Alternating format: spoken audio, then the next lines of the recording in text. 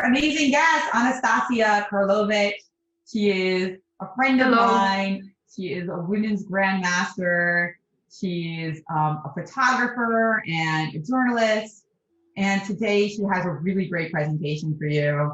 You know, when I asked Anastasiya what she wanted to talk about today, a lot of the instructors give me themes about positions, like, the exchange sacrifice or attacking the king.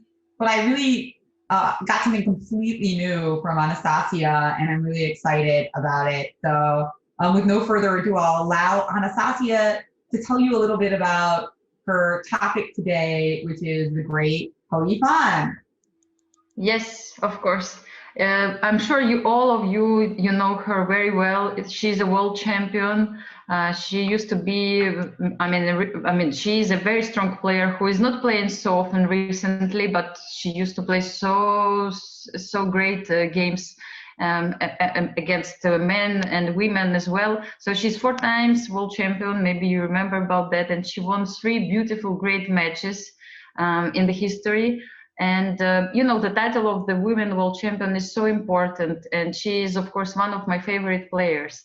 I used to work as a photographer, as a press officer of FIDE for like 10 years, and I was really lucky that I was presented during many world championship matches, including also women's world championship matches. And Hou Yifan, she is really phenomenal in chess.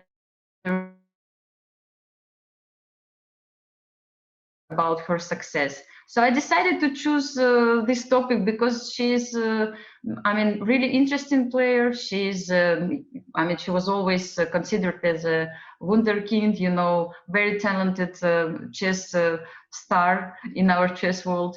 So I used to come with her during 3 world championship matches. I visited 3 of them, and I was a photographer there. I was making interviews with her after the games and with her opponents as well. So I really wanted to speak about the topic, which I really know, which I was witnessed myself. So that's why it was chosen. Of course, I wanted to show you a few, if I may, after the pool is finished.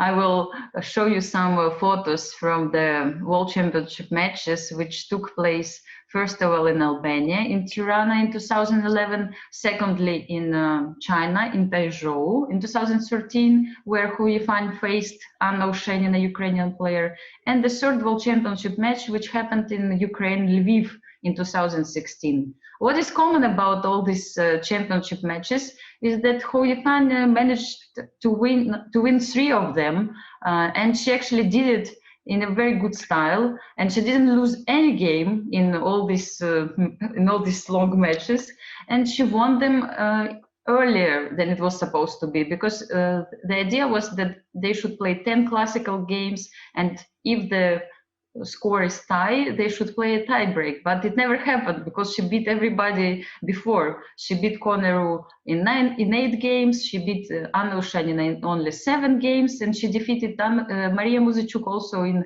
9 games. So why I also choose the World Championship matches, because 3 games which I will show you. It's a really great example how Hou Yifan somehow managed to defeat her opponents in kind of equal positions. It seemed like all the games were still full of play. It looked pretty balanced and equal, but in the end, she found a way to trick her opponents, and it was really impressive for me. So I don't know, let's check these games today. Let's check the photos, and probably you can also give your opinion and tell what you think about all this and if you like it or not. Absolutely. By the way, Anastasiya, just to answer the poll, we had a great variety of answers, but the winner was winning 4 World Women's Championships. I have to say, in my answer, I'm a host, so I can't vote, but I think my answer would have been the last one, beating Judith's record for the youngest female to get Grandmaster, because actually, when Judith became a Grandmaster, she was actually the youngest Grandmaster of all time, male or female. So who would have thought that, and that was at 15. So she beat Bobby Fischer's record. So who would have thought that, she would not only have a record broken, but also by another female player? Yeah, that's an impressive, of course. Yes. For me, Jennifer, I mean, somehow winning the 4 women world championships. I mean, this especially for me, it's something special because it's not that easy to be the best player for so long. I mean, she used to win these titles, then she was losing them not because she was lost, but because of this system which FIDE introduced. If you remember, there were these world championships with knockout system, and she was losing her title because she was not participating in them. And then she had to gain this title back, and always she managed to win it again. And actually, probably she would do it again now, but she just decided not to play in women chess anymore. So that was kind of impressive for me. That the time she was holding the title was so long. But it's just my opinion. I mean, this is something different from what you say. But who's won the most number of world women's championships in history? Somebody in the chat let us know. I think still, Nona is the one, no?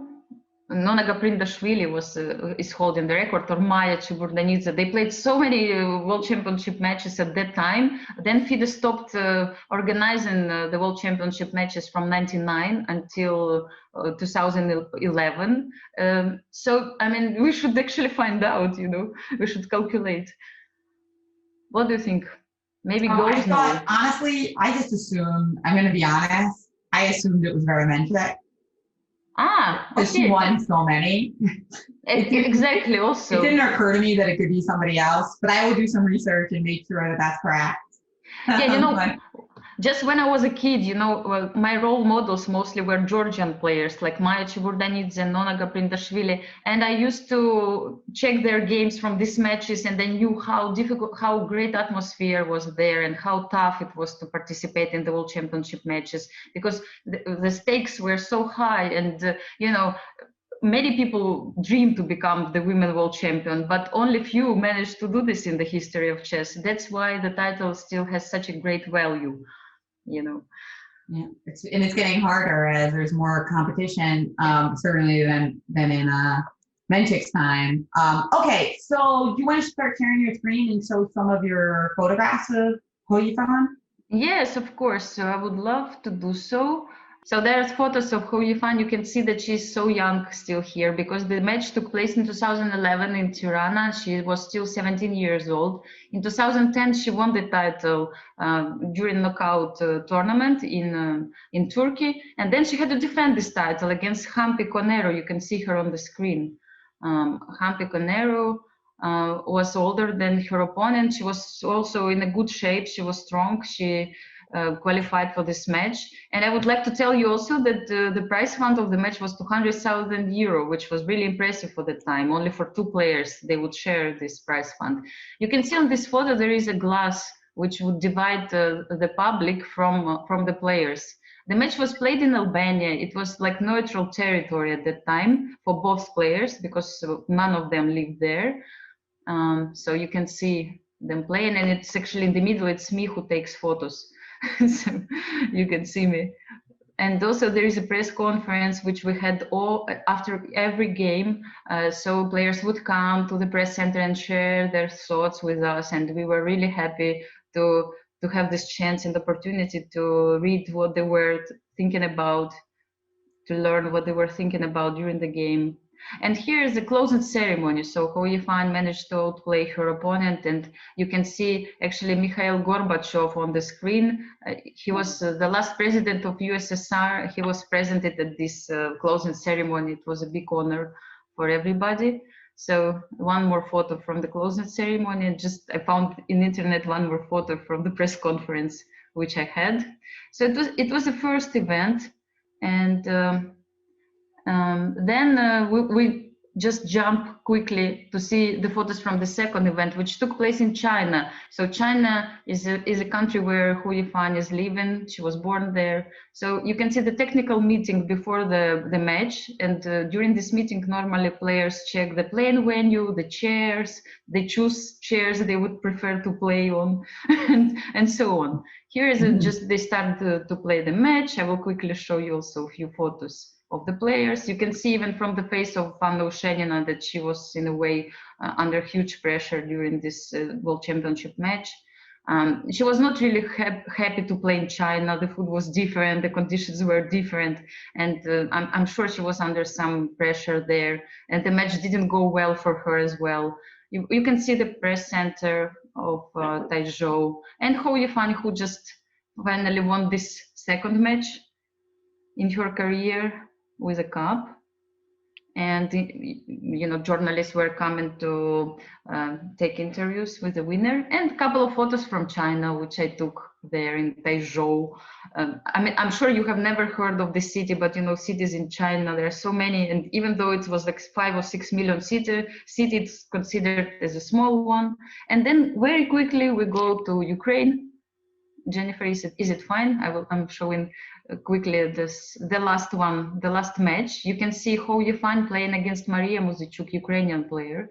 So this time it was the first tournament where Hou Yifan played on the territory of her opponent, and she was so nervous you cannot imagine. She was her people from China who came with her. They were so nervous about all these anti-cheating measures, and you can see the meeting before the start of the tournament where everybody was discussing these anti-cheating measures. It was the main topic. So at the end, they decided to have a delay for half an hour of each game. And also the fact that I was Ukrainian somehow bothered Chinese delegation, and they didn't want to allow me to go to the playing hall during the game. And we had a lot of discussions because of that, even though of course, I used to be in all the matches, so I was really surprised that they were nervous only in Ukraine. So here we see also the technical meeting, the same type of technical meeting, but it was happening in Ukraine. Both players played in a museum in the center of Lviv, very beautiful city. And you can see even the paintings on the walls. And also the first move was made by a very nice, very famous musician in Ukraine, a very famous singer. And so just I wanted to show you a few of the games somehow. Yes, okay. Also here you can see these anti-cheating measures. Anastasiya Sorokina, chief arbiter, checking Hou Yifan. This is the closing ceremony. Hou Yifan just won her title. And you can see also Karol Yaretsky on the photo. She was the chief arbiter of the event from US. Maybe girls know her, or I don't know. I'm not sure, but she should be present at some US championships, I'm sure about that. So this is basically what I wanted to show you, my photos from those championships, so you can feel the atmosphere of the events, of the all 3 World Championships. And yeah, because one day they're going to be playing in a World Championship match, and they need to know the pressure, the stakes so high. And now we're going to look at some examples from the games themselves. Of course. So now we will jump to the games, and I would like to start from the position which might be not so difficult for you, but at the same time, a portion of the screen, yes, here we are. At the same time, we'll just for exercise. So here we are, and Hou Yifan has black pieces here, and her opponent Hampi Koneru, who plays with white, she played bishop c3, threatening this rook on d2. So what would you play at this position? Would you like to move your rook back, or you will find something better at this moment in this game?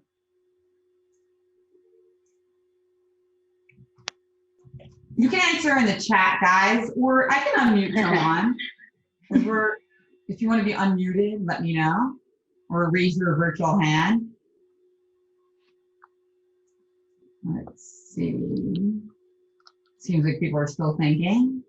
Yeah, I mean, actually, Hampi Koneru was trying to win the rook, obviously, but she didn't manage to do so, looks like. Hertha, do you want to unmute yourself, Hertha, and give your answer? You want to try now? Yeah, this is, yeah. I chose 94 because white can't capture the rook. If they do, you mate with knight f2.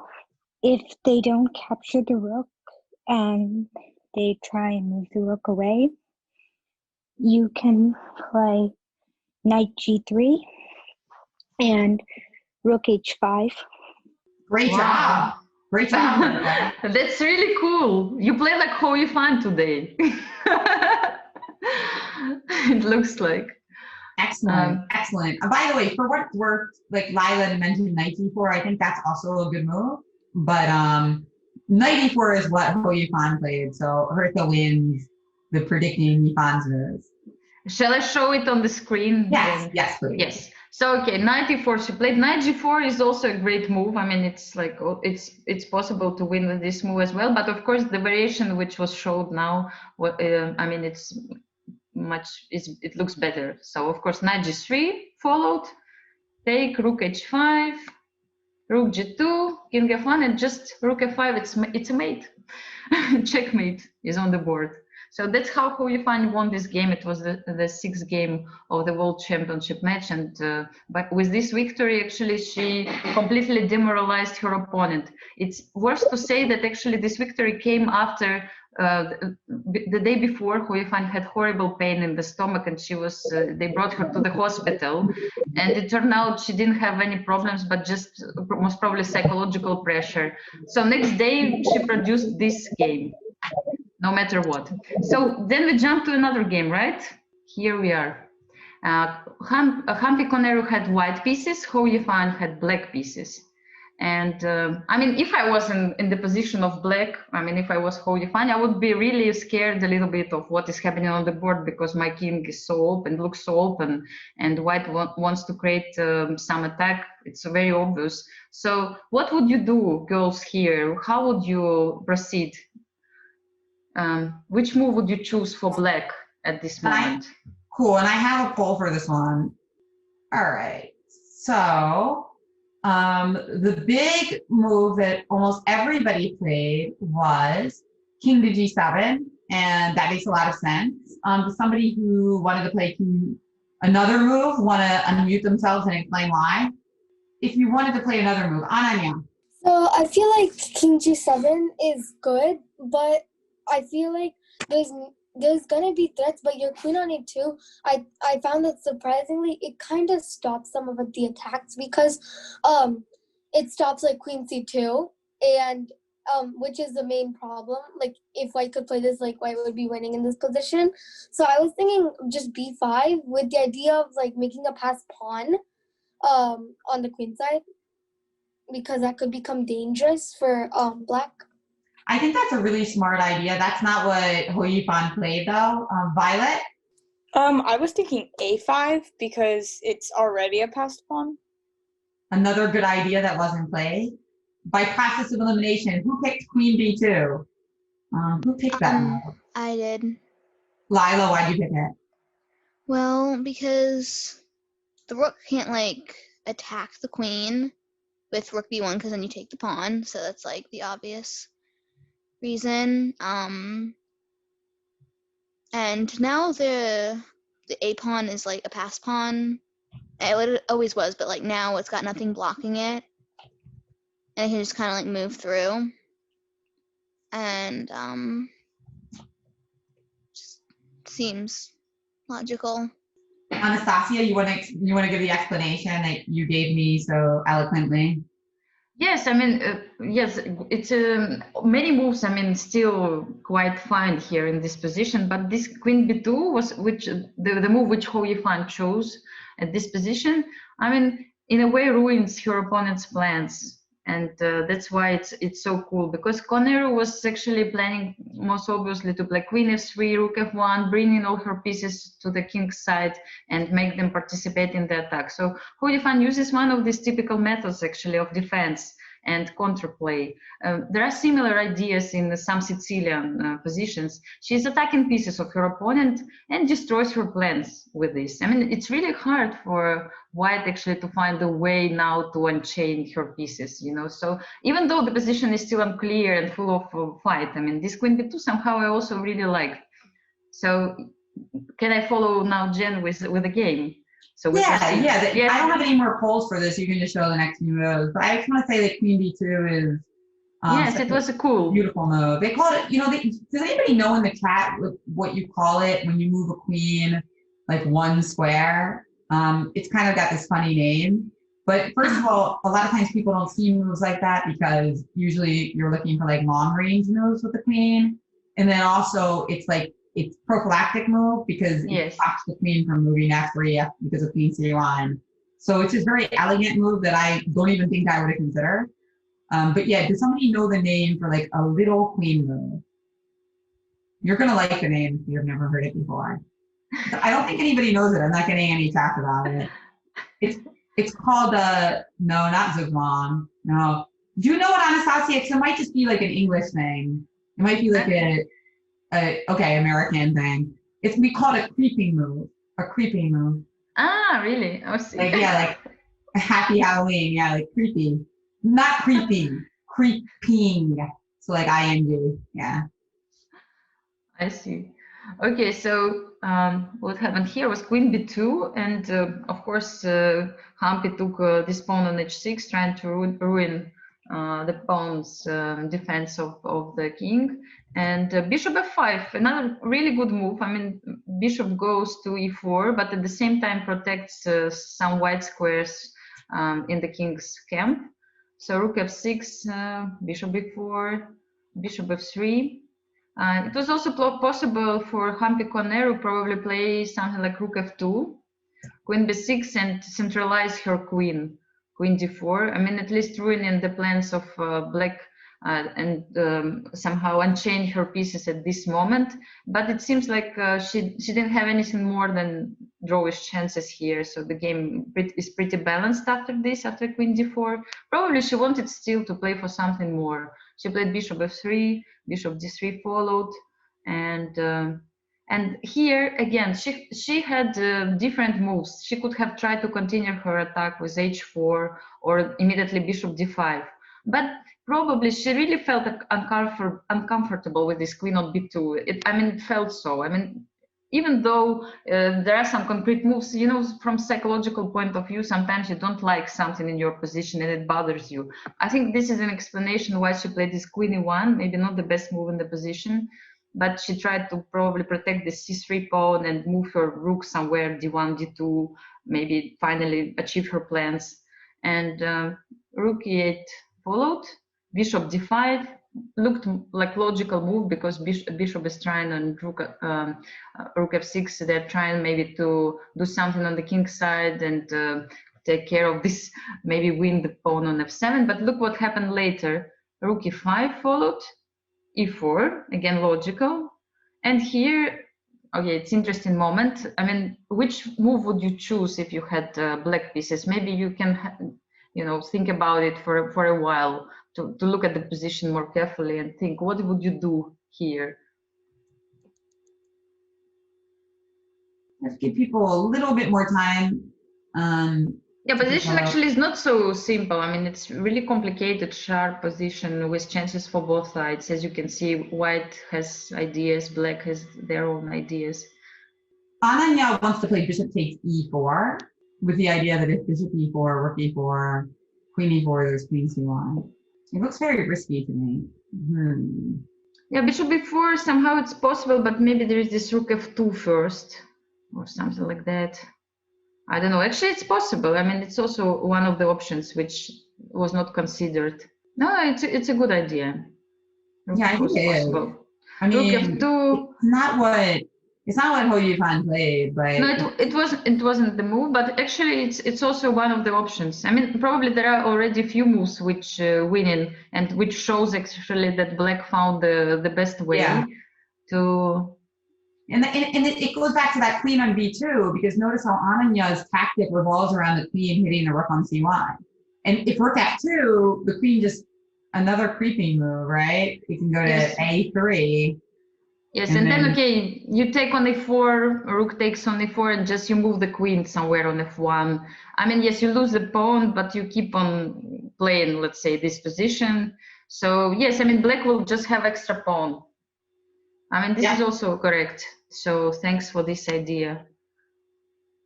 In the game, do you want to show it in the game? Because you also had this insane other move here that is also good. Bishop e4 is good. The move Hou Yifan played is good, and you had some other crazy move that you mentioned. Yes, Yeah, so I would like just to show this move. So now that everybody could think a little bit about this position, it will be, let's say, more obvious. I mean, Hou Yifan played at this moment King G7, which is quite logical move.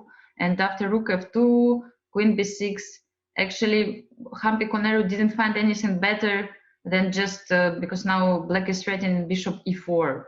You see this spin is really unpleasant. So Hampi Koneru didn't find anything better than just to go for the ending, which turned out to be completely lost after F5. So Black just takes another pawn on E4, and it's just completely lost. But in this particular moment, actually, there was a move which would just finish the game most probably in a really like 3-4 moves. After Rook D8, the position was completely hopeless, became completely hopeless for white, even though it doesn't look like that. It looks like they can take on F7, and after King G7 can go to F2, Rook F2. But after Queen B6, I mean, it's really, there is no hope, it's not possible to protect this Rook D5 against Rook D5. It's hanging. I mean, there is no move for white, actually. It's really hard to defend. And if Queen D2, also this Bishop B4, I think, is coming. I mean, they're completely pinned, you know, you see Queen is, threatening this. There is this huge pin from B6 to G1.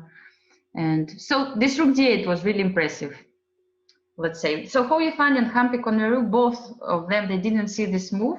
And during the press conference, when one journalist asked them about this move, immediately both of them said that, yes, of course, this Rook D8 was just finishing the game. And Hou Yifan said, oh, yes, now I understand there was the same idea, but let's say I could have done it before instead of playing King G7. So just why I show this game, because, okay, it's a nice example when somebody tries to attack you, but if you keep calm and just try to find some nice opportunities for your side, some counterplay or such kind of move like Queen B2, which what Jen said is absolutely right, it's prophylactical move. I mean, it helps, and if you, so it helps you, you know, to fight against these even psychological attacks. You know, sometimes opponent doesn't really have good chances, but they're trying to pretend that this attack is really something important. So you always should try to find some counterplay, some good chances for yourself as well. And so we can jump to the other game, I believe. We have time. Oh, yeah. Yes, so we go now to China. So now we go to the other World Championship match, which happened in China in Taizhou. Hou Yifan played with Anna Ushenina. At this moment, Ukrainian chess player who was actually at this moment the world champion. And she won this title in the World Championship with knockout system. And Hou Yifan had right to play against her as a winner of Grand Prix event. So I'm showing you one of the games which happened during the match. I really like this game because it shows also how the pressure was really high and as in every match. But at the same time, both opponents had really not that much time. They had like 3-5 minutes only left on their clock. So everything should be decided at this moment. The position is quite balanced, as you can see. And with chances for both sides, but really it's really hard to play when you have only 3-5 minutes and you know how important this game is, and you know you have prize fund with 200,000 euro and the Women's World Championship title here somewhere near. So I mean, I'm sure you have been in this situation, playing in the time trouble. So you can imagine, I mean, normally you would play something like knight c3, some kind of normal move, because you see that knight is hanging at this moment. But Hou Yifan actually decided to complicate the game and found a really nice way to proceed, to continue this game. Jen, what we are doing? Are we given the chance for the players to think about other opportunities? What do you think? Let's let them mention it in the chat, maybe, and then I have a poll for what white should do against them. Yes, so there's a lot of options. So yes. So yeah. Okay, just quickly. So knight c3 was not played in the game. Do you see any other options? Let's say at this moment. Any other intriguing options? Like what your intuition is saying. You don't need to calculate far away. Just maybe you can pick up 1 or 2 moves. Hou Yifan is black. Yes, Hou Yifan is black. I'm sorry. Yes, once again to mention, Ushenina has white pieces. Hou Yifan has black pieces, and now it's black to move. Great. Well, Michelle had the suggestion that Hou Yifan played. We got some other good suggestions. Knight e4 definitely is a good candidate move. We've been doing a lot of work with Katerina Nemkova, whose big thing is you should always look at different candidate moves. So knight c3, knight d4, and c4, because these are forcing moves, right? You're attacking him with each of them. And in the end, Hou Yifan did play c4, and I have a poll for what should white do after that move. Oh, there it is. At this moment, I think it comes a bit later. Oh, does it? I think okay. Yes. Okay, sorry. After one more move. One more move. Thank you. Yes. I understood this. So look, c4. White took the knight. Why not? Bishop takes the rook. And right now we have which move white to choose, because it's a critical moment, and I think it's a decisive moment for the whole game. Yeah. What would you play? Thank you. No problem. I'm really curious. Which moves would you choose here? So when you're a press officer, Anastasiya, they're going to get a chance to ask you Q&A. You're not allowed to root for someone, right? You got to be kind of like completely neutral. Yes, that's true. I mean, Jen, actually, it's a really good question.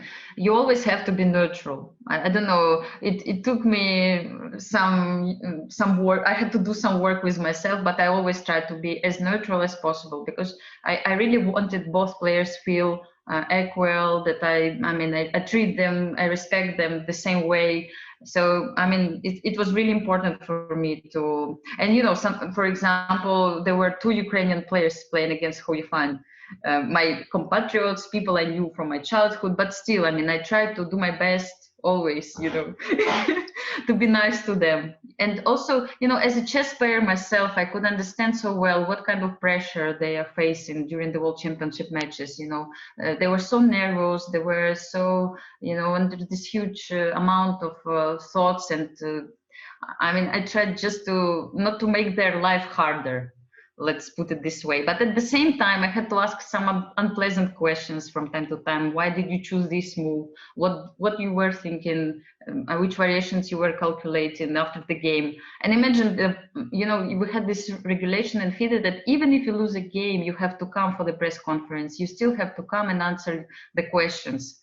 And it's hard. It was hard for the players, of course, but they had to do so.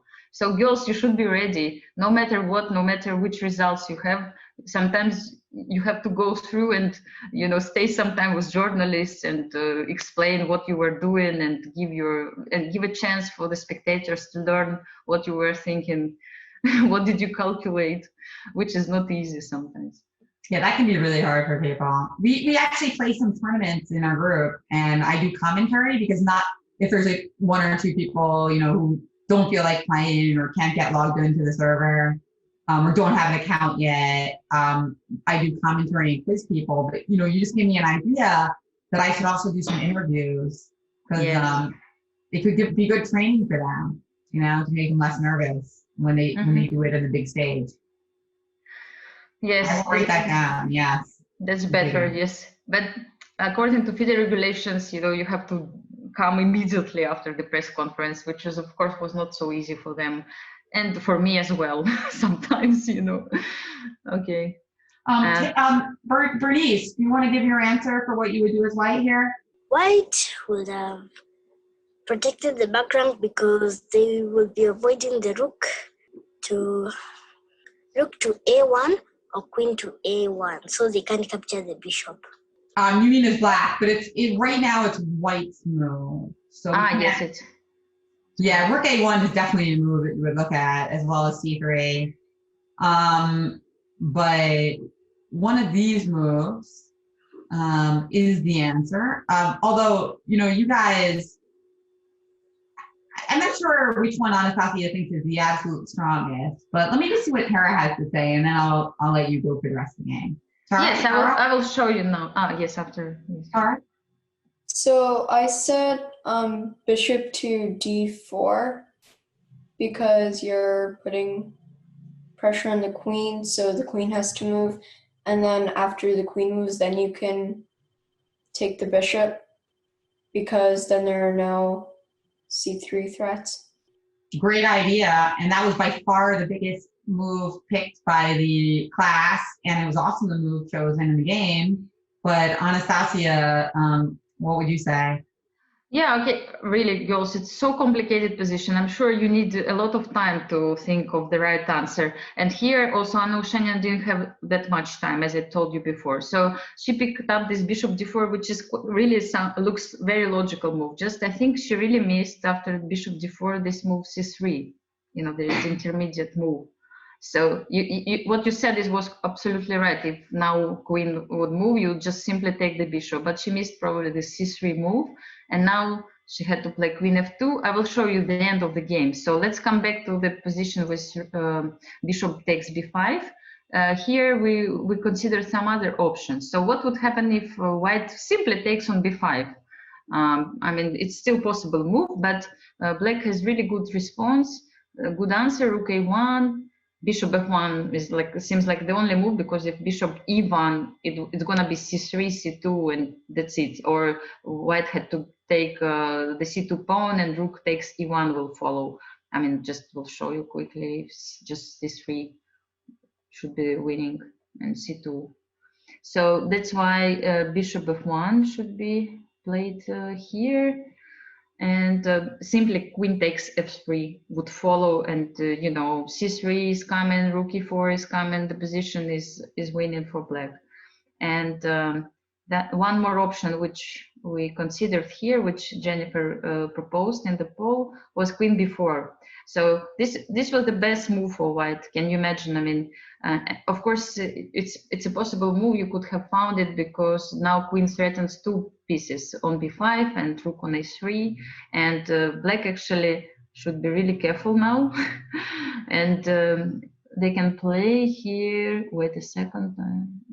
Yes, they can play here rook a2. This is the only move actually. So queen b5, and look at this position. It's so cool. The next move of black, it's just rook e4. This is the only move. Of course, you can see that if f3 takes on e4, queen f2 will follow, and queen g2 mate, right? So you cannot take the rook, and the only move is rook f1, and rook e2 is coming. I mean, all this forced, you know, you cannot really get rid of this line. And now again, white has to do the only move in this position, most probably queen takes c4, queen b2, and here what black's threat is to take on f2 and of course ruin position of white. So the only chance for white to survive, you can see it, I believe. Let's see who's got the answer. Yes. Yeah, let's see in the chat, guys, or I can call on someone. That's right, Violet. Yes, Violet, Elizabeth, good job. They were saying the answer, queen c8. And yes, of course. That's a perpetual check. I mean, that's the only way to survive. Can you imagine that after this c4 move, which was played in the game, Hou Yifan created such a big trouble for her opponent. So the only way to survive for Anna Karenina in this position was to play queen b4. I was asking Hou Yifan right after the game if she was calculating all this variation, and she saw all of them, because she also didn't have enough of the time. And she told me that actually she didn't see all variations. She didn't really calculate till the end, till this draw. But she had the feeling that the positions should be, let's say, not lost for her. Can you imagine? I mean, I was really shocked, because normally if you go for this position, you should try to find all the variations, and if you don't see all of them, you don't play c4. But she actually kind of felt that it should be winning for her. Look what happened in the game. So bishop d4 followed, c3, queen f2, queen g5, a very strong move. So the idea is just to push c2, and I mean, if rook takes b5, it's just simply rook a1 and queen c1. I will show you this variation. Rook b5, queen c1, check, bishop f1, and just queen d1, and there is no really a way to protect against c2. So what happened in the game was f4, logical move. They try to protect this line, this diagonal. So queen g4 followed, rook e1. Because if rook b5, look at this bishop stayed for few moves, and it was not possible to grab him. So again, if she takes on b5, queen d1 comes, bishop f1, and just simply c2 follows. So in the game happened rook e1, rook e8, h3. White still trying to get rid of this queen, but the queen goes to c8 and happily helps this c pawn to move. I'm just showing you the end of the game. Look at this. So here Anna Oshchenina simply resigned. I think it's a nice game. It shows also how Hou Yifan could somehow hold the pressure better than her opponent, even in such a balanced position and in the time trouble. So she used the only chance with the c4, and even though she couldn't really calculate all the variations, she was brave enough to believe in herself, believe in her position, and to just move on and play it. So I think it was kind of interesting example. And now I think we have to hurry up a little bit, right? And we go this one's I think the quickest one anyway, though. So yes. Yeah. So we go now to Ukraine with all of you. It's 2016, and Hou Yifan plays with Maria Muzychuk, one of the sisters, Muzychuk. I don't know if you know her. They have a younger sister and older sister, and both of them were trying to win the world championship title, but the younger one managed to do so. And here, one of also interesting games, Hou Yifan has white pieces here. Maria Muzychuk plays with black. And it seems the position is, again, sharp, interesting, with chances for both sides. Computer says it's about equal, balanced position. And I really, really like how Hou Yifan started to play at this moment. And can you believe it? She managed to win this position in 9 moves from this point. So I would like to show you what happened. I mean, this queen e2 move, which was played by Hou Yifan, I really like, because she threatens to take the pawn on b5, as you can see. And after a really logical move, c6, she goes to g4, queen g4, now threatening the rook. Rook b7 followed, quite logical move. f5, because she is trying to ruin to open files and to open her bishop on g3, which again, this is very normal, typical move. Bishop d6 followed, because black would like to change this bishop in order to have some threats on the king side. Maybe sometimes they will try to take on f2 at some point. So rook a6 played Hou Yifan, and even though computer may not be so happy about this move, he was checking some other moves. I really like this move because rook, first of all, makes this knight be a defender for a long time. He should stay there and take care of the pawn on c6. And also I really like that this rook somehow, it creates some really unpleasant pins here on the 6th rank. And so what to do with black? Black played rook g7, trying to protect the king side, and because white also were threatening to take on g6. So white took, and here Maria Muzychuk made a mistake. She was already in the time trouble. I mean, Hou Yifan was putting really big pressure on her opponents, so they were in the time trouble. They were a bit unsure what is happening. And here, at the critical moment when she had to be really careful, Maria made a mistake. She still could have taken on g3, and the position would be, holdable. Maybe still white it's more pleasant to play with white, of course, but at the same time, it's not such a horrible position as she ended up after bishop c5. Maybe she missed also something, or she wanted to take on f2, but she missed king g2 happened in the game. She took on g6, rook d5. This is probably what she missed, rook d5. Bishop f2 followed. And how this is the last question. How would you play now with white pieces if you were Hou Yifan playing against Maria Muzachuk in the World Championship? I like the moves you propose, Jennifer. You are very tricky with all these balls. Yeah, I could have done a couple more maybe, but no, these are good ones. I really like the way you put the order of the moves, because everybody thinks, okay, the first one probably is not the right. I mean, you would never put them there, but in fact. Because I see a lot of people are answering it. Elizabeth, we haven't unmuted you yet today. What would you play? I think rook d8 because, well, first of all, I have a gut feeling, so that's part of it, and then it's a little more forceful. Like, you have to do something.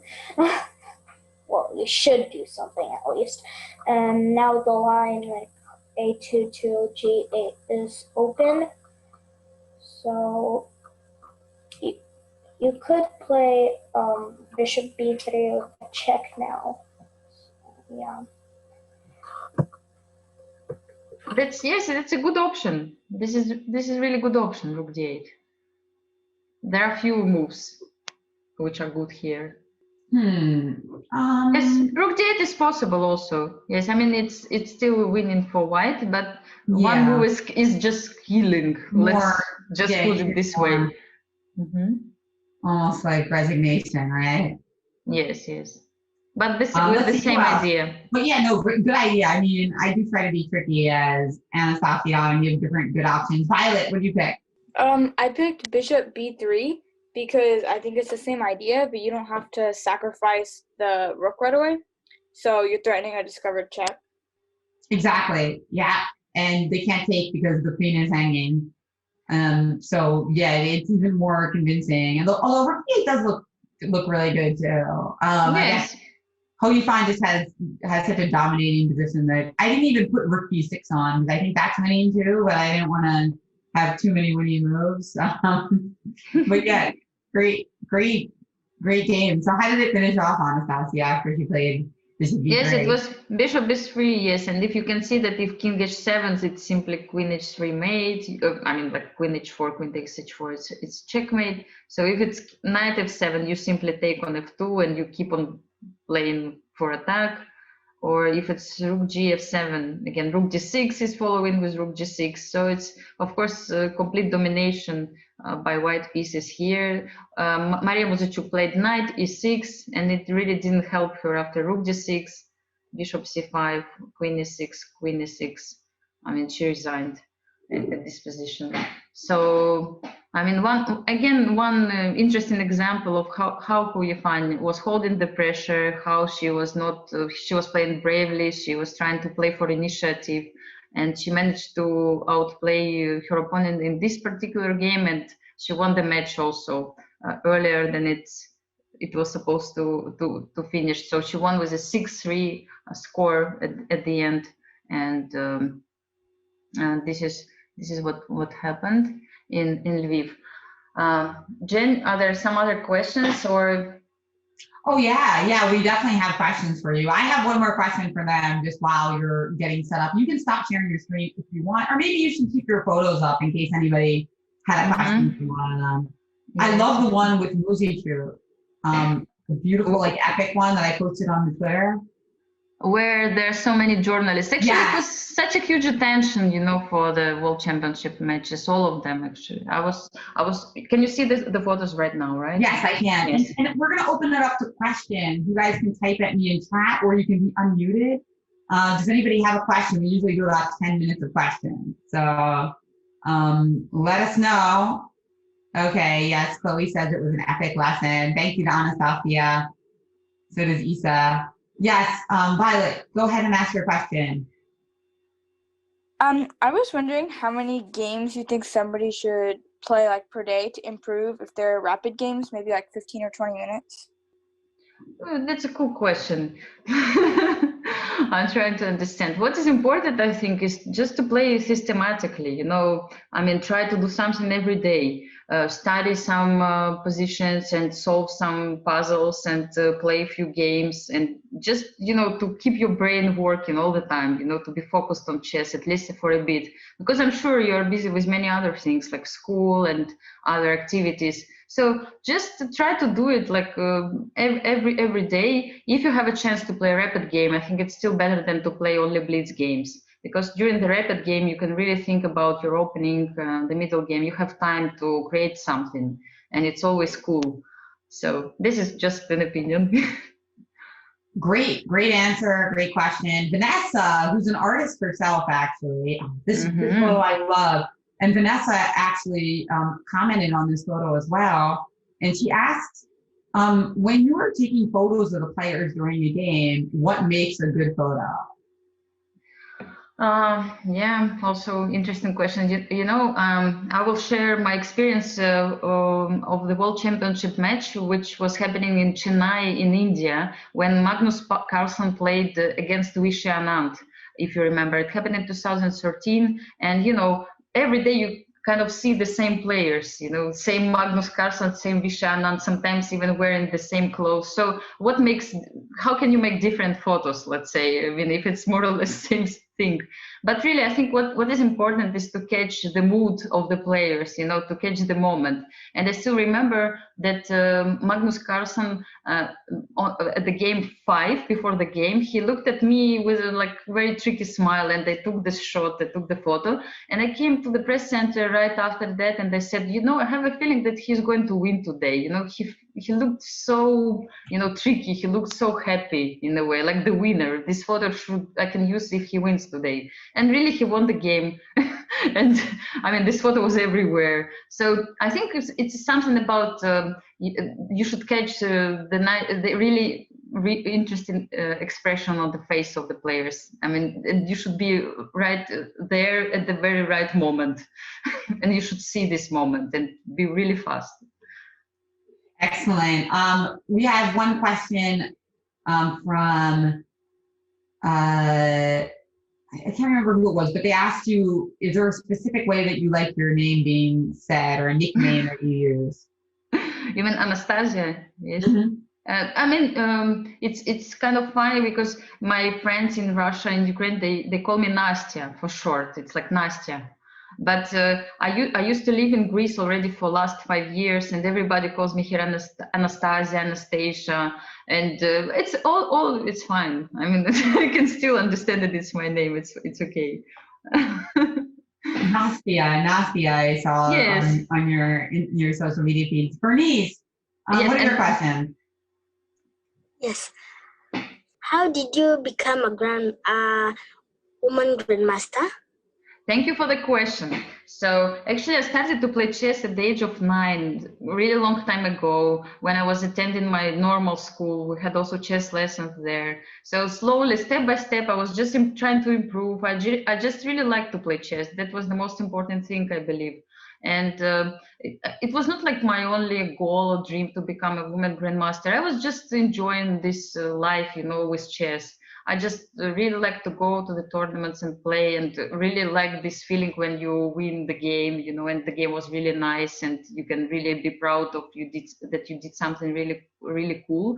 So it just happened slowly that I understood that actually, if I try a bit more, if I study a bit more, if I focus on chess better than before, I can achieve the women GM title. And I started to participate in the tournaments where I could do this, I could achieve the norm. So this is how it happened. I managed to win 3 times. I managed to make the norms 3 times. I managed to get this 300 ELO. And in 2003, FIDE awarded me with the title of Woman Grandmaster, which was really cool.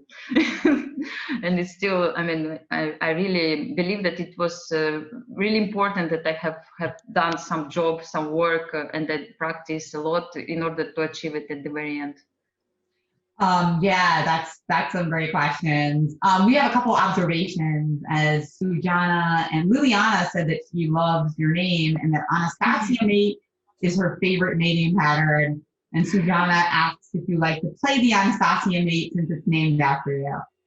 Actually, you know what? If I was living now in Ukraine, they would call me Anastasiya Valerievna with my father's name. It would be a long version of my name, which is very funny. Nice, nice. Yes. Wow. Say that again. Anastasiya Valerievna, because my father's name is Valery. So they would do it this way, long way. That is a long name. It's like Gary Kimovich Kasparov. Have you heard of it? Yes. So similar stuff, you know, it's like a similar story. When you get older and you become a teacher, they normally call you with these long names, you know, it shows respect, something like that. But I really prefer to be called Anastasia and that's it. You know, I don't want anything else next to my name. It's fine. If you don't mind, I will show you some more photos from the one which is the favorite one for me. Look at this one. There was this nice question about the moment for the photos.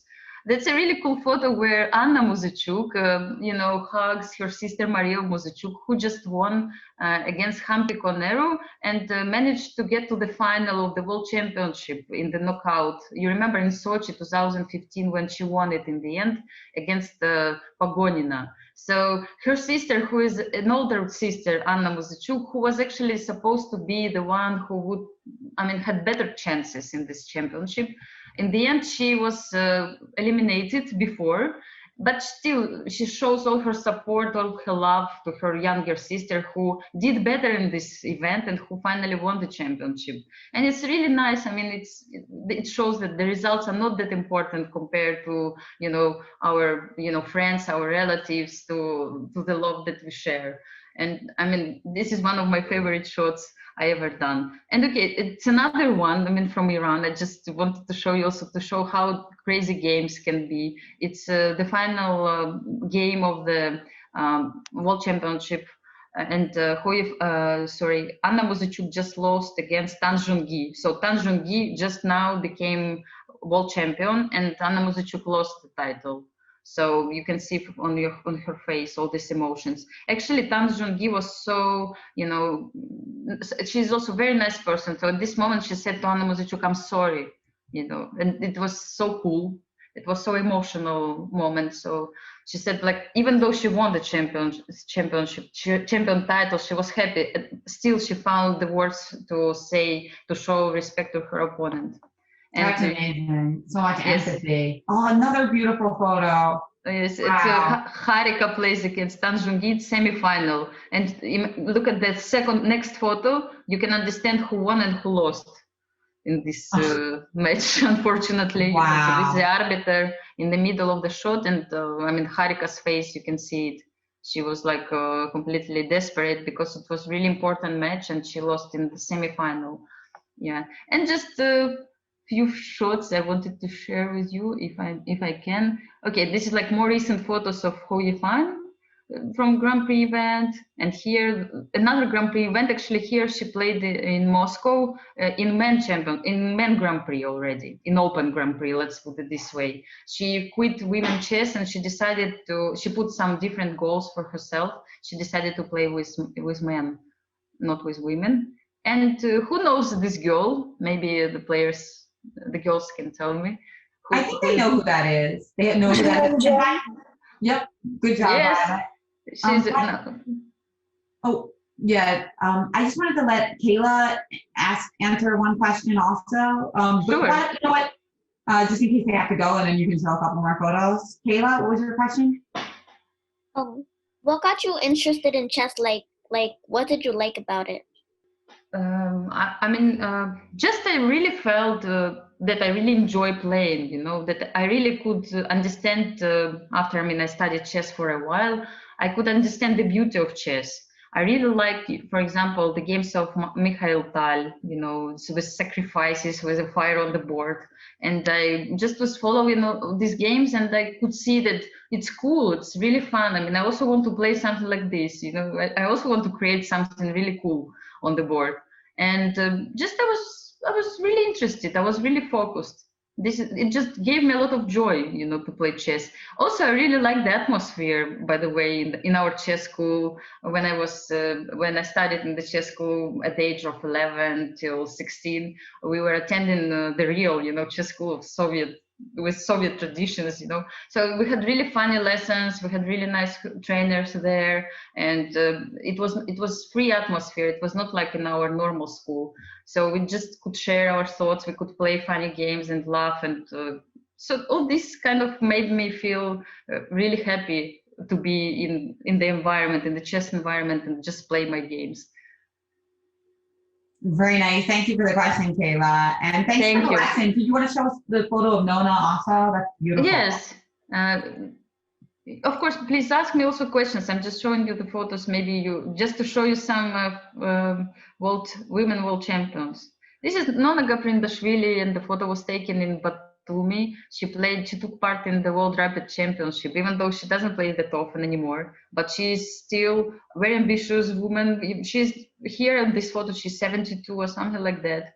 And she still tries to win every game, and she's so focused, and it's really cool to see that. So you can play chess all your life, girls, and enjoy them at any age. This is something really nice about chess. You can teach chess, you can play chess, you can enjoy a game with your friend. And here you can see, maybe you know this lady as well. Somebody want to write it in the chat? While you do that, Alyssa and Jocelyn, they have one question. This is the last question, guys. Make it a good one. What got you interested in chess? I think I kind of answered this question before, right? Or what got you interested? Yeah, you pretty much did. Do you have a different angle on that, guys, Alyssa and Jocelyn? They often ask, who's your favorite grandmaster? Which I think you kind of showed it with this class, but is there another one? Yes, of course, you're right. I mean, Hou Yifan is like one of my favorite, of course, players among women. And of course, I would say that we had really nice role models when I was a kid. Of course, it's Polgar sisters and Georgian players whom I showed you now, Maya Chiburdanidze and Nona Gaprindashvili. I mean, they were like our stars when we were young, and we were watching their games and matches they played. And also, if we are talking about male players, of course, I should mention Magnus Carlson. Of course, everybody knows him, and I believe he is really one of the greatest players in the history of chess. And I had really great chance to speak with him, to interview him during the World Championship matches as well. And and what he did, I mean, for chess, he really changed the attitude of, the way to play chess. And it's really cool. And of course, I should mention Mikhail Tal as well, as one of my favorite world champions, and Garry Kasparov. I mean, all of them are my favorites. I have many. Well, thank you so much. And they did get it right, by the way. Maya Chiburdanidze, another amazing photo. Wow, these are just phenomenal. Oh, that's a beautiful photo as well. Alexander Kostyuk. Yes, great. Yeah, Alexander Kostyuk. We have to get her to a class. Alina Danielin, and wow, you need to make a book of your photos because they're beautiful. I'm actually working on my book with photos and stuff. I mean, I will try to do it at the end of the COVID situation. I hope so. I will manage to collect all of them and do something interesting. And I'm really grateful for all questions and for your answers, girls. I mean, it was really amazing to speak to you today, even in this format, what we have now with all the situation in the world. I really wish you a lot of success in your chess life and in your life, normal life. And just keep enjoying, you know. Maybe Jen, I don't know if we have time, I can say the words which Hou Yifan was telling me during her interview. If we have that's like great. Why don't we end it on that? That's a great way to end it. That was a really beautiful Q&A. Yes, once after the World Championship match was over with Anna Oshenina, Hou Yifan took some time and gave me the interview. So I asked her the question, how do you mentally prepare yourself for the games and for the match? So her answer was like this: of course, I considered this match a very important event, but it's not the most important thing in my life. For me, it's more important to be healthy, to be a happy person in my daily life.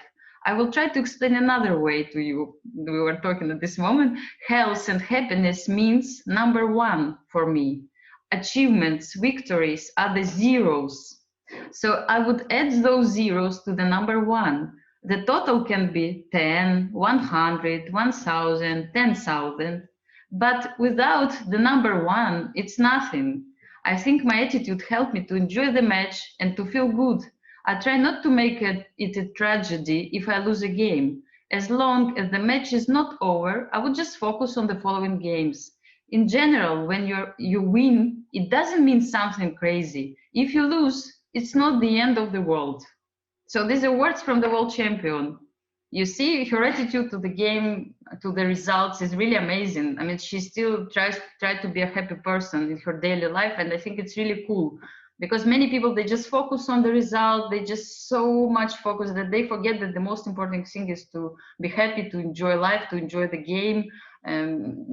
This is what I wanted to say. I mean, I really like this answer.